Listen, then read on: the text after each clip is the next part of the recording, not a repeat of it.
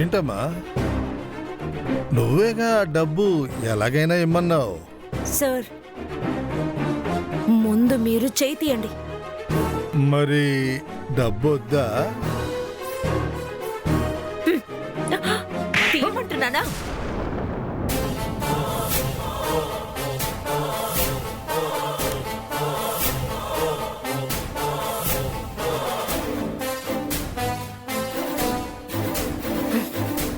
ఏం మనిషివయ్యా నువ్వు? డబ్బడగడానికి వచ్చిన నాపై తప్పుగా నడుచుకోవాలని చూస్తున్నావా? ఇలా చూడు, అరవద్దు. డబ్బుని ముందు వెనక తెలియని వాళ్ళకి ఇచ్చేయగలమా ఏంటి?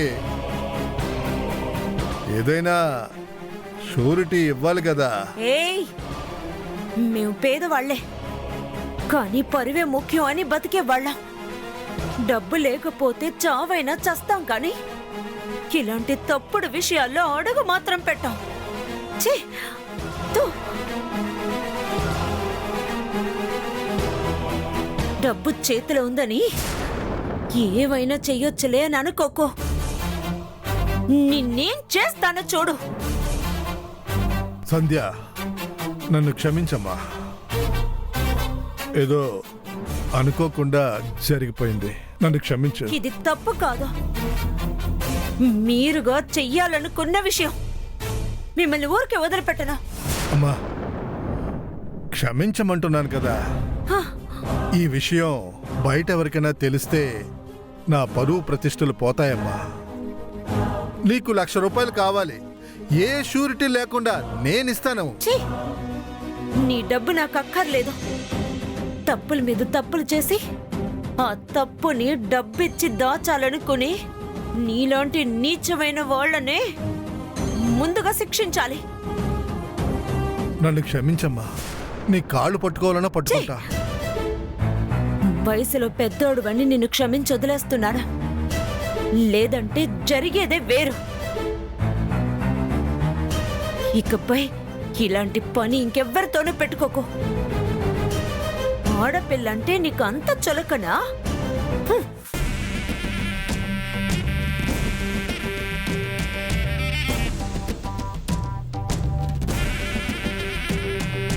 నన్నే కొట్టావు కదే, ఇక నువ్వు ఎలా బతుకుతావో నేను చూస్తాను.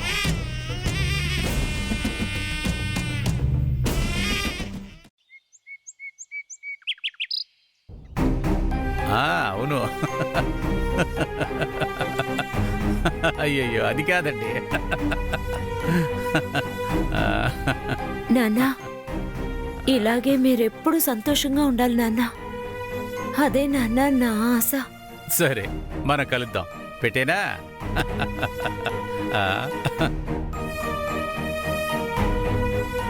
అమ్మా సంధ్య.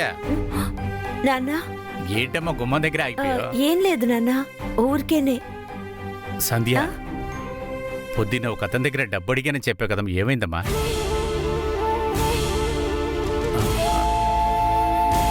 ఏమైందమ్మా? ఆయనతో మాట్లాడాను నాన్న.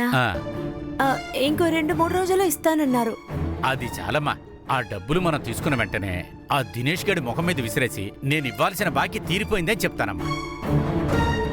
ఇక మీద ఆ దినేష్ దగ్గర మాత్రం కాదు, ఇక మీద ఎవ్వరి దగ్గర మనం అప్పు తీసుకోకూడదమ్మా. సరే కదా? అబ్బా, చాలు దేవుడా. అవును నాన్న. సంధ్య, నాన్న, నువ్వు పాపం అమ్మా. ఏంటి నాన్న? సంతోషంగా ఉండాల్సిన వయసులో నువ్వు ఈ కుటుంబం కోసం మగ పిల్లవాళ్లా కష్టపడుతున్నావమ్మా.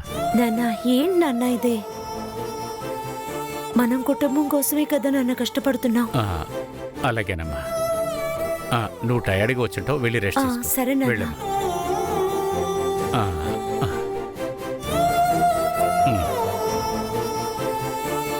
చెప్పరా? రేపే కదా, వెళదాం. వెళ్ళిపోదాం.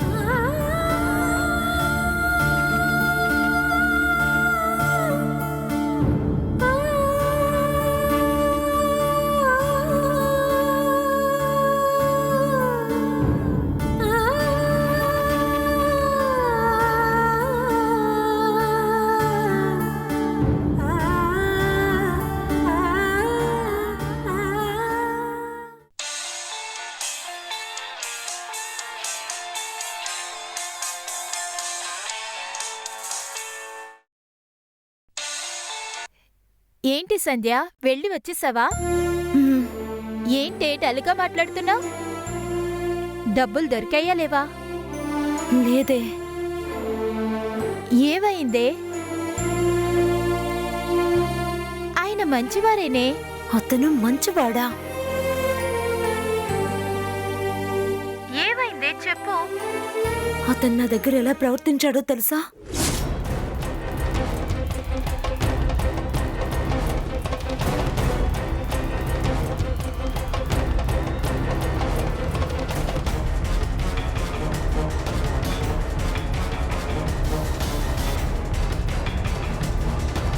సార్, ఏంటి సార్ నా మీద చేయి వేస్తున్నారు? ఏంటమ్మా, నువ్వేగా ఆ డబ్బు ఎలాగైనా ఇమ్మన్నావు. సార్, మర్యాదగా చేయి తీయండి. మరి డబ్బు వద్దా? తీయమంటుంటే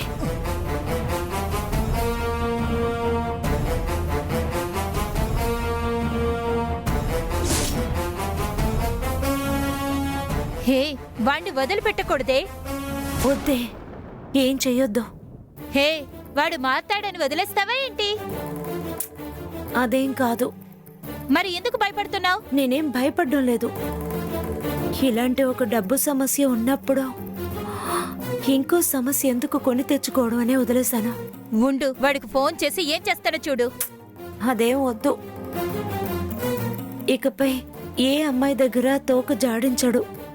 అంతగా వార్నింగ్ ఇచ్చి వచ్చాను. హ్మ్. సరే, ఇప్పుడు డబ్బులకి ఏం చేస్తావే? అదేనే తెలియట్లేదు. అంతా భగవంతుడే చూసుకోవాలి. సరేనే, నేను బయట ట్రై చేస్తాను. సరే, నేను ఉంటాను.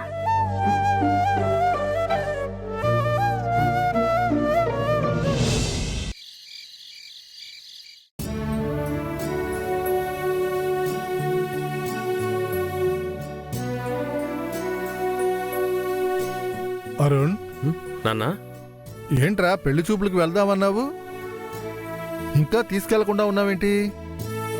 నాన్న, అమ్మాయి వాళ్ళ నాన్నగారు ఇంతవరకు ఫోన్ చేయలేదు. ఏంట్రా నువ్వు, ఆయన మర్చిపోయి ఉండొచ్చు కదా, నువ్వే ఫోన్ చేసి గుర్తు చేయొచ్చుగా. నాన్న, అది బాగుంటుందా? మనం ఫోన్ చేస్తే తప్పుగా అనుకుంటారు. ఆ? ఇందులో తప్పే ఉందిరా. సరే నాన్న, రేపు మార్నింగ్ ఆయనకి ఫోన్ చేసి మాట్లాడతాను. ఏమిటండి, తండ్రి కొడుకులో ఏదో రహస్యం మాట్లాడుకుంటున్నట్టున్నారు? అదేం లేదమ్మా, నాన్నగారు ఆ సంబంధం గురించి అడుగుతున్నారు. అవునరా, నేను కూడా అడగాలనుకున్నాను. ఆ అమ్మాయిని ఎప్పుడు వెళ్ళి చూద్దాంరా? రేపు వాళ్ళ నాన్నగారికి ఫోన్ చేసి మాట్లాడతానమ్మా. అవునరా, అదేదో త్వరగా కానివరా. ఒక మహాలక్ష్మి ఇంట్లో అడుగు పెడితేనే ప్రశాంతంగా ఉంటాను. ఈ ఇంటి బాధ్యతలన్నీ తనకప్పగించి నేను ఫ్రీగా ఉంటాను. ఈ డిజైన్ నేను వేసాను కదా, అందుకనే బాగుంది. అమ్మా సంధ్య, ఆ? ఏంటి నాన్నా? నీతో ఒక విషయం చెప్పాలమ్మా. నాన్నా, ఏం నాన్నా? నేను మీ కూతుర్నే కదా, నా దగ్గర పర్మిషన్ అడుగుతారేంటి? అది కాదు. ఓహో, పర్సనల్ గా మాట్లాడతారా? మాట్లాడుకోండి, నేను వెళ్తాను. ఏయ్ ఏయ్, ఏం నాన్నా? తనేదైనా ఫీల్ అవుతుందేమో. అది కాదమ్మా, కుటుంబ కష్టం తనకి తెలియకుండా మనం పెంచుతున్నాం కదా. తనకి ఇటువంటి సమయంలో చదువు మీద తప్ప వేరే దేని మీద ధ్యాస ఉండకూడదని నువ్వే కదా చెప్తూ ఉంటావు. సరే నాన్నా, ఏంటి విషయం చెప్పండి. డబ్బు విషయమా? అదే రెడీ అయ్యింది కదా. ఇది డబ్బు విషయం కాదమ్మా, నీ పెళ్లి విషయమే. ఆ? పెళ్లి విషయమా? ఏమంటున్నారు నాన్నా? అవునమ్మా, ఒక మంచి సంబంధం వచ్చిందమ్మా. కుర్రాడి పేరు అరుణ్ అంట. మ్యాథ్స్ టీచర్గా ఉద్యోగం చేస్తున్నాడు. ఆ కుర్రాడిని చూడటానికి గుణవంతుడిగా మంచివాడిగా బాగానే కనపడుతున్నాడు. ఓ, నాకు తెలియకుండా ఇంత జరిగిందా? అది కాదమ్మా, ఆ కుర్రాడి ఇంటికంతా వెళ్ళి తనను చూడలేదు. అతనే ఇక్కడికొచ్చి సంబంధం మాట్లాడాడు. మన ఫ్యామిలీ ఉన్న పరిస్థితిలో నాకు ఈ పెళ్లి ఇప్పుడు వద్దు నాన్నా.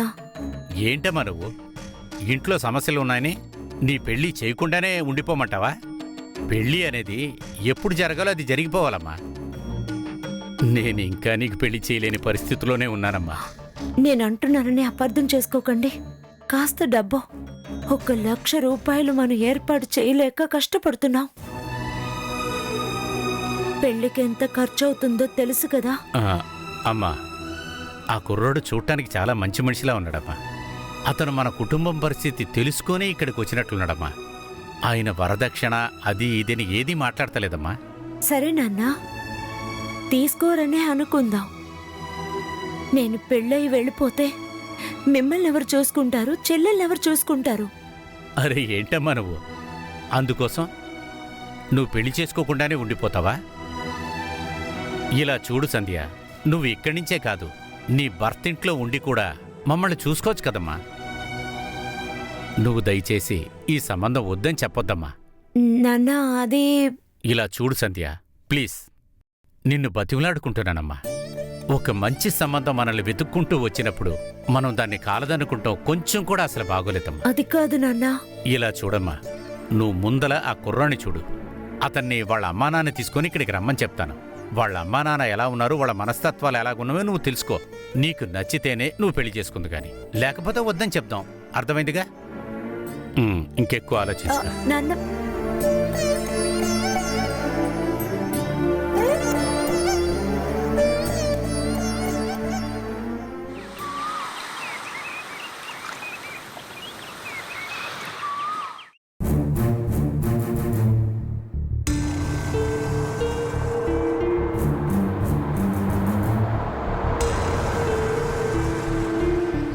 ఎవరు మన ఇంటి కారులో వస్తున్నారు?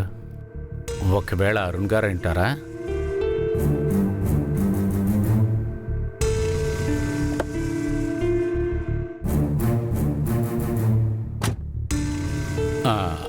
రండమ్మా. సంధ్య ఉందా అండి? పిలుస్తానమ్మా. అలాగే అండి. సంధ్య, సంధ్య, నేను చూడటానికి ఎవరో వచ్చారమ్మా. వస్తున్నాను నాన్న. అమ్మా మీరా? కూర్చోండి. సంధ్య, ఈవిడ ముందే తెలుసా నీకు? తెలుసా అని అడుగుతున్నారా? మీ అమ్మాయి వల్లే నేనిప్పుడు ప్రాణాలతో ఉన్నాను. ఓ, బాగున్నారా అమ్మా? బావున్నానమ్మా. నిన్ను చూడాలని ఈరోజు ఇక్కడికి వచ్చాను. నువ్వు నన్ను కాపాడు ఉండకపోతే ఈరోజు నేను ప్రాణాలతో బతుకుండేదాన్ని కాదు. కారు నడపడం మాత్రమే గుర్తుంది.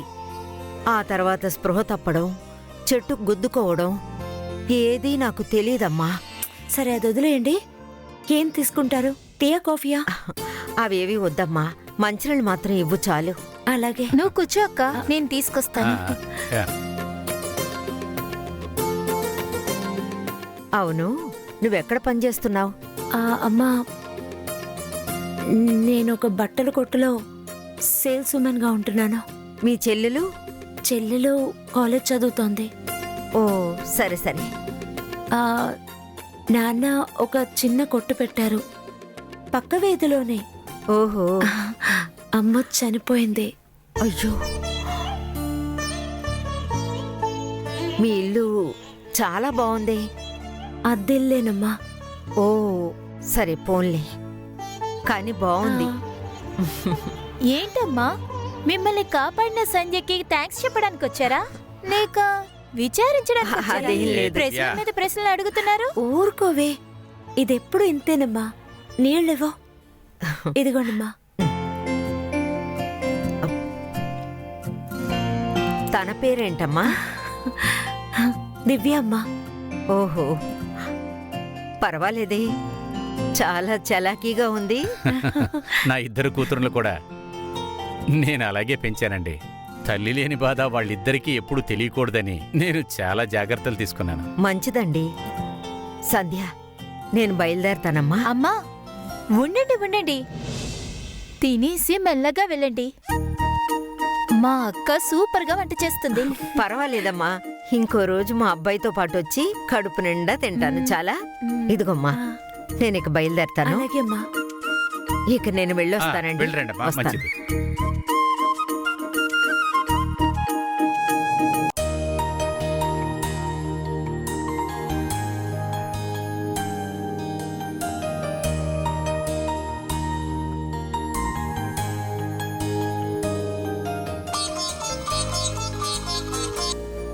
హలో సార్ నేనే సార్ మీ ఇంటికి వచ్చి సంబంధం మాట్లాడాను కదా.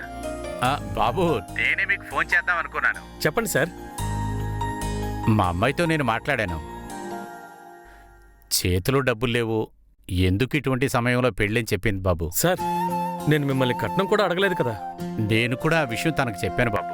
మీరు నాకు బాగా నచ్చారు బాబు. మీరు ఎప్పుడైనా ఒకసారి మీ కుటుంబంతో వచ్చి మా అమ్మాయిని ఒకసారి కలవండి. సంతోషం సార్, అమ్మ నాన్నలతో వస్తాను. చాలా సంతోషం సార్, ఉంటాను. మీరు వచ్చేటప్పుడు నాకు అలాగే ఫోన్ సార్. చేయండి. ఓకే. ఓకే. ఓరి దేవుడా, నా కూతురికి మంచి కుర్రాడు దొరికాడు. ఆ దేవుడు ఈ పెళ్లి జరిగేటట్టు చేస్తే నాకెంతో రిలీఫ్గా ఉంటుంది. చెప్పనమ్మా. రే, నన్ను కాపాడిన సంధ్య వాళ్ళ ఇంటికి వెళ్ళి చూసొచ్చాన్రా. పేరుకు తగ్గట్టుగా అందంగా లక్షణంగా ఉందిరా. అందుకేంటి ఇప్పుడు? రే, తనని మన ఇంటి కోడల్ని చేసుకుంటే ఎంత బాగుంటుందో తెలుసా? అమ్మా, మీ పని మొదలు పెట్టేశారా? అయ్యో, ఎవరిని చూసినా తను కోడలుగా వస్తే బాగుంటుంది, తిను కోడలుగా వస్తే బాగుంటుందని చెప్తూనే ఉన్నారమ్మా. హ్మ్. ఇంకా మీరు ఐశ్వర్యరాయని మాత్రమే చూడలేదు. ఎందుకు తెలుసా? ఆవిడకి అభిషేక్ బచ్చన్తో పెళ్ళైపోయింది. లేదంటే ఆవిడని కూడా వదిలిపెట్టి ఉండేవారు కాదు. రే, ఏంట్రా నన్ను తెగతాళి చేస్తున్నావు? ఎన్ని రోజులని నేను ఒంటరిగా ఉండగలను? ఎందుకు? గొడవ పడ్డానికి మీకు ఒకరు కావాలి, అంతేగా? అయ్యో, ఊరుకోరా. నేను అలాంటి దాన్ని కాదు, సంధ్య కూడా అలాంటిది కాదు. వాళ్ళ కుటుంబం చాలా మంచి కుటుంబంరా. తను చాలా గుణవంతురాలురా. ఆ. రే, నేను వాళ్లతో పెళ్లి విషయం మాట్లాడబోతున్నాన్రా. అమ్మమ్మమ్మ, ఊరికే ఉండమ్మా, ఏమైనా తప్పు కనుకుంటారేమో. అది కాదురా, వెళ్ళిన వెంటనే ఈ విషయం గురించి మాట్లాడలే. సంధ్యని విడిగా పిలిచి నిదానంగా మాట్లాడతాను. ఏదోటి చేయండి అమ్మా, నేను చెప్తే మీరు వింటారా ఏంటి? సరే, ఓకే, ఇంకా మీ ఇష్టం. ఉమ్. నేను చెప్పడానికి ఏం లేదు.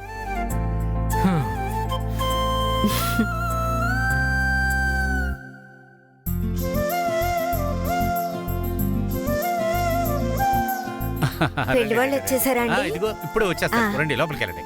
వెళ్ళండి.